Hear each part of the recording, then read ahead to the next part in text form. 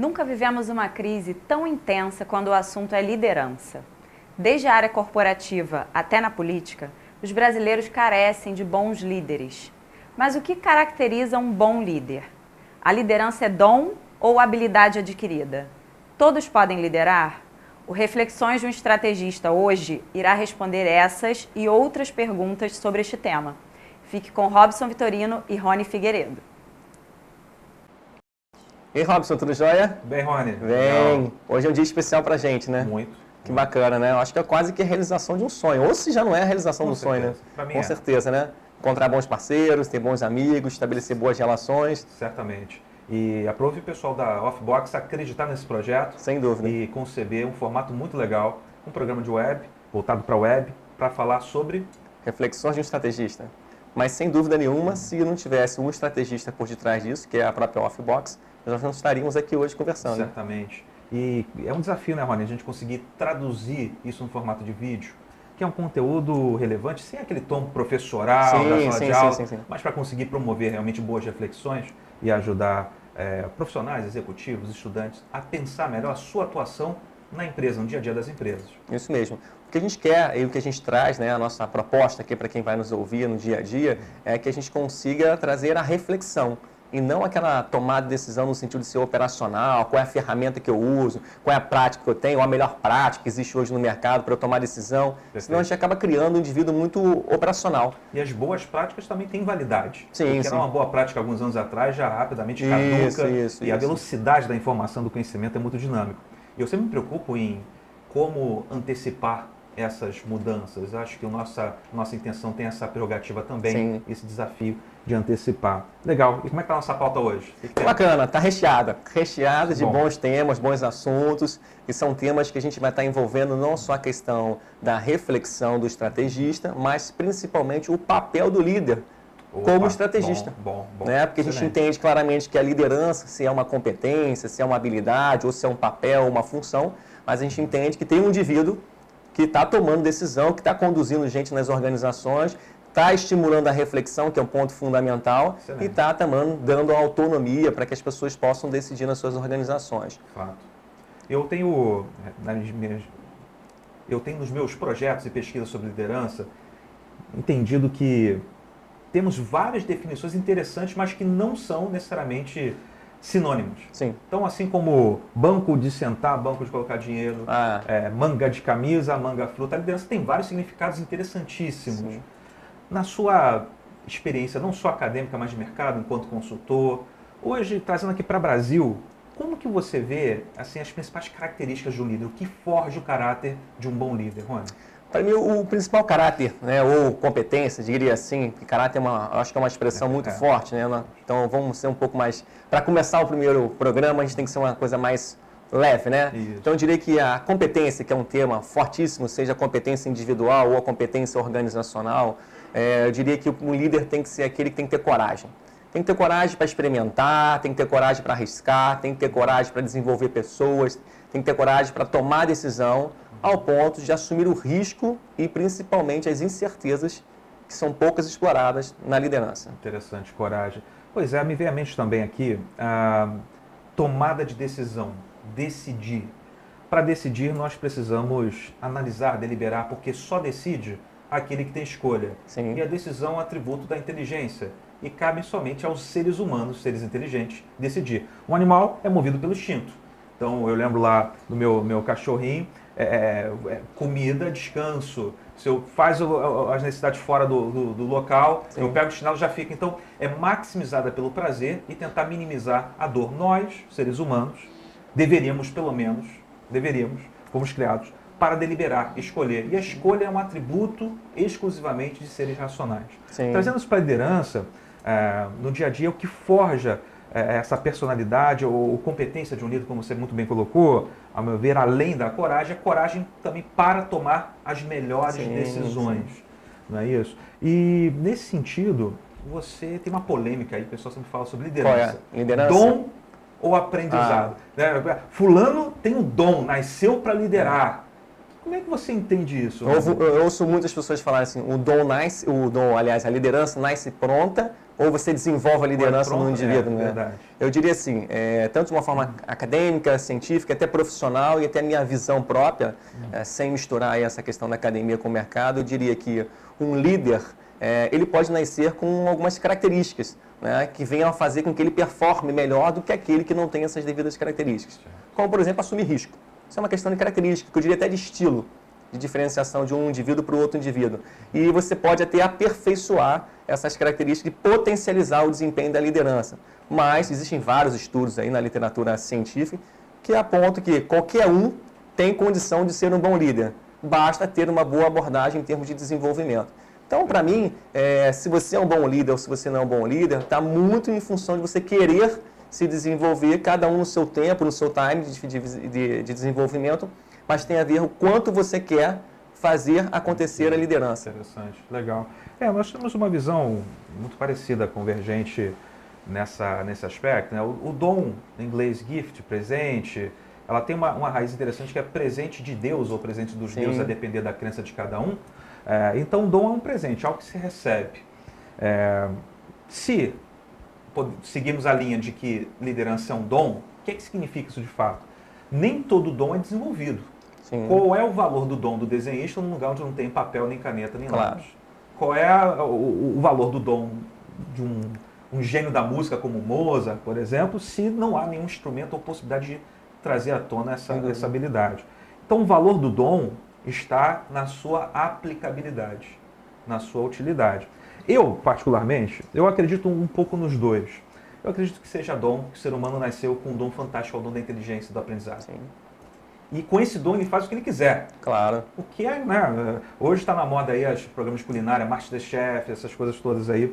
E as pessoas estão se lançando um pouco mais para um empreendimento chamado cozinha. Aprender a cozinhar com arte. Então, o que é que nós não podemos aprender? Então, a liderança, penso eu, que é sim algo que pode ser aprendido. Algumas pessoas acabam nascendo com um dom, mas não necessariamente desenvolvem. Ou os que desenvolvem, às vezes não desenvolvem, digamos assim, para um projeto bom, um projeto interessante. Né? Temos aí no crime muitos líderes. Sem dúvida. Acabam dançando o seu dom para uma área ruim, negativa. Mas é interessante porque concordamos que é algo que pode ser aprendido. Sim, sem dúvida. E por onde começar? Esse é o ponto. Eu diria que o primeiro ponto para se começar a desenvolver uma liderança foi o que eu já comentei. É o indivíduo querer atuar no processo de liderança. Você me fez lembrar uma experiência que eu vivi profissional, onde uma organização estava vivendo um processo de reestruturação organizacional. E aí eles resolveram entrar com aquele princípio famoso do job rotation, que é aquelas mudanças de posição. Né? Então a gente entende que numa organização a gente tem dois fronts. Né? O pessoal que está na linha de frente, que é o front office, e a gente tem um back office, né? Quem está na retaguarda do negócio, na operação. Então a gente chama de dois fronts ali, o primeiro e o segundo. E aí resolveram fazer esse princípio da rotação, das mudanças de papéis, que é o job rotation, como a gente conhece perfeitamente. Pegaram o pessoal que trabalhava na retaguarda, no back office, e colocaram na frente para assumir a liderança numa nova função, que era determinar, que era dialogar com partes que eram atendidas por eles, nas quais eles não tinham o perfil para ser líderes. Entendi. Consequência dessa questão, não foi desenvolvida a questão da liderança e eles também não queriam ser desenvolvidos com a questão da liderança. Quando a gente fala a questão é a competência ou a habilidade para a liderança, ou o papel em ser líder. Consequência dessa história, essas pessoas resolveram se afastar por licença médica, porque entraram numa questão de fobia muito grande de não conseguir lidar com aquilo que não tem a característica ou não tem até mesmo o dom, ou que mesmo que viessem a ter o dom, não queriam exercitar esse dom. E tinha estrutura, tinha recursos, o ambiente favorecia isso, mas eles não queriam. É interessantíssimo o que você fala, porque me remete à ilustração do próprio corpo humano. Né? Como um corpo integrado, vários membros com funções específicas. Porque se todo mundo quiser liderar, nós temos um problema seríssimo. A liderança ela pressupõe exposição, correr riscos. E decidir é um negócio complicado. Quando você conta esse teu case aí do job rotation, interessantíssimo, é também respeitar os papéis e funções de cada um. Não necessariamente sempre achar que liderança é a melhor posição. Há um certo preconceito, né, assim, em relação a, não, se fulano está aqui, Então, se ele for bom, ele será promovido a gerente da área. Sim. Então, acaba trazendo o escopo de liderança para dentro, de sempre sendo algo melhor, um upgrade. Sem dúvida. Não é verdade? Se fosse assim, todos na mesma organização teriam o mesmo papel. E não é assim que funciona. Quando você falou do corpo humano, você me lembrou muito de um exemplo que a gente dá, que é o próprio corpo humano, comparando com uma organização. O corpo humano é uma organização. Se você pegar a cabeça, é o nível estratégico. É o nível que dá as diretrizes, dá a direção, determina foco, tem a visão ampla do todo, literalmente porque está no ponto mais alto. Daí o princípio do estrategista começou muito bem falando essa questão da estratégia, que é oriundo do mercado militar, do segmento militar, falava muito bem isso. Bom, o militar, ele entendia claramente que a visão, esse conceito de visão começou quando ele chegou na guerra, no topo mais alto da montanha, para ter a visão do outro inimigo, que estava do outro lado. Então, a partir daí, ele começou a entender que, numa posição estratégica, ele tinha visão do todo e ele conseguia determinar a rota, o caminho, para que as pessoas, no caso o batalhão, que estava em confronto, pudesse caminhar. Então, trazendo para a organização, quem está lá em cima é a cabeça, literalmente a cabeça pensante, que a gente vê hoje na organização, esse corpo. Do pescoço até a cintura é o que a gente chama de middle management, que são um corpo gerencial, que geralmente pegam as diretrizes, traduzem isso em processos e que devolvem isso para as pernas e os braços, que é o corpo operacional, que vai fazer essa organização, o corpo humano, se movimentar no decorrer do dia a dia. Então, a liderança está no pensamento, nesse caso, estabelecendo a relação com o corpo humano. E numa organização, o cabeça, o líder, ou os líderes, ou o principal líder, ele está lá em cima, no board da companhia. Isso é interessante que você fala. Essa abordagem que você falou me desencadeou aqui um outro pensamento, que é o pensamento dualista aí, resgatando os nossos professores, nossos primeiros mestres lá, Aristóteles e Platão. Platão era muito elitista, até muito radical. Fala o seguinte, a sociedade, ou comparando aqui com uma empresa, sim. Não são palavras deles, mas eu vou adaptar, é como uma nau, um navio a remo. A maior parte das pessoas nasceram para remar. Alguns vão cuidar, tem perícia militar, habilidade militar, vão cuidar da segurança do navio. E outros poucos vão decidir para onde que esse navio vai. Esses são os sábios. Esses devem liderar, porque possuem um pensamento mais rebuscado, mais preparado para tomar decisões com base no que é melhor para eles e para a maioria das pessoas. Já o aluno dele, Aristóteles, ele fala de uma sociedade onde o líder precisa ter a convicção que ele nasceu para liderar, porque tudo que existe no universo tem um papel, tem um objetivo definido. E ali, eu trazendo aqui para o nosso contexto, o que eu acho interessante é, um líder ele precisa também ter convicção da liderança, mas convencer cada colaborador da importância do seu papel. Sem dúvida. Porque toda vez que ele fica fazendo a propaganda de que bom mesmo é liderar, eu estou esvaziando de importância o trabalho do outro. Sim. Agora, então, dois extremos. Ninguém quer liderar o case que você trouxe, né? As pessoas não queriam liderar, ou todo mundo quer liderar. É 880, né? A polaridade, né? Eu diria que você tem que ser a balança, né? Você tem que estar no meio. O líder ele tem que estar tanto no papel de querer liderar, mas também no papel de ouvir a liderança. E aí ele vai balanceando momentos em que ele compartilha, em momentos que ele determina, em momentos que ele estabelece o diálogo só entre o time, em momentos que ele estabelece o diálogo entre ele e o time. Importante é que nesse contexto seja criado um evento de reflexão entre ambas as partes, para que o pensamento estratégico surja e o líder possa tomar as decisões, seja compartilhada ou não. Bom, em relação a essa parte de tomada de decisão e compartilhada, não necessariamente a decisão compartilhada, mas a comunicação compartilhada, nós temos algumas correntes interessantes, Johnny, de mercado, que eu queria ouvir muito aqui o seu pensamento.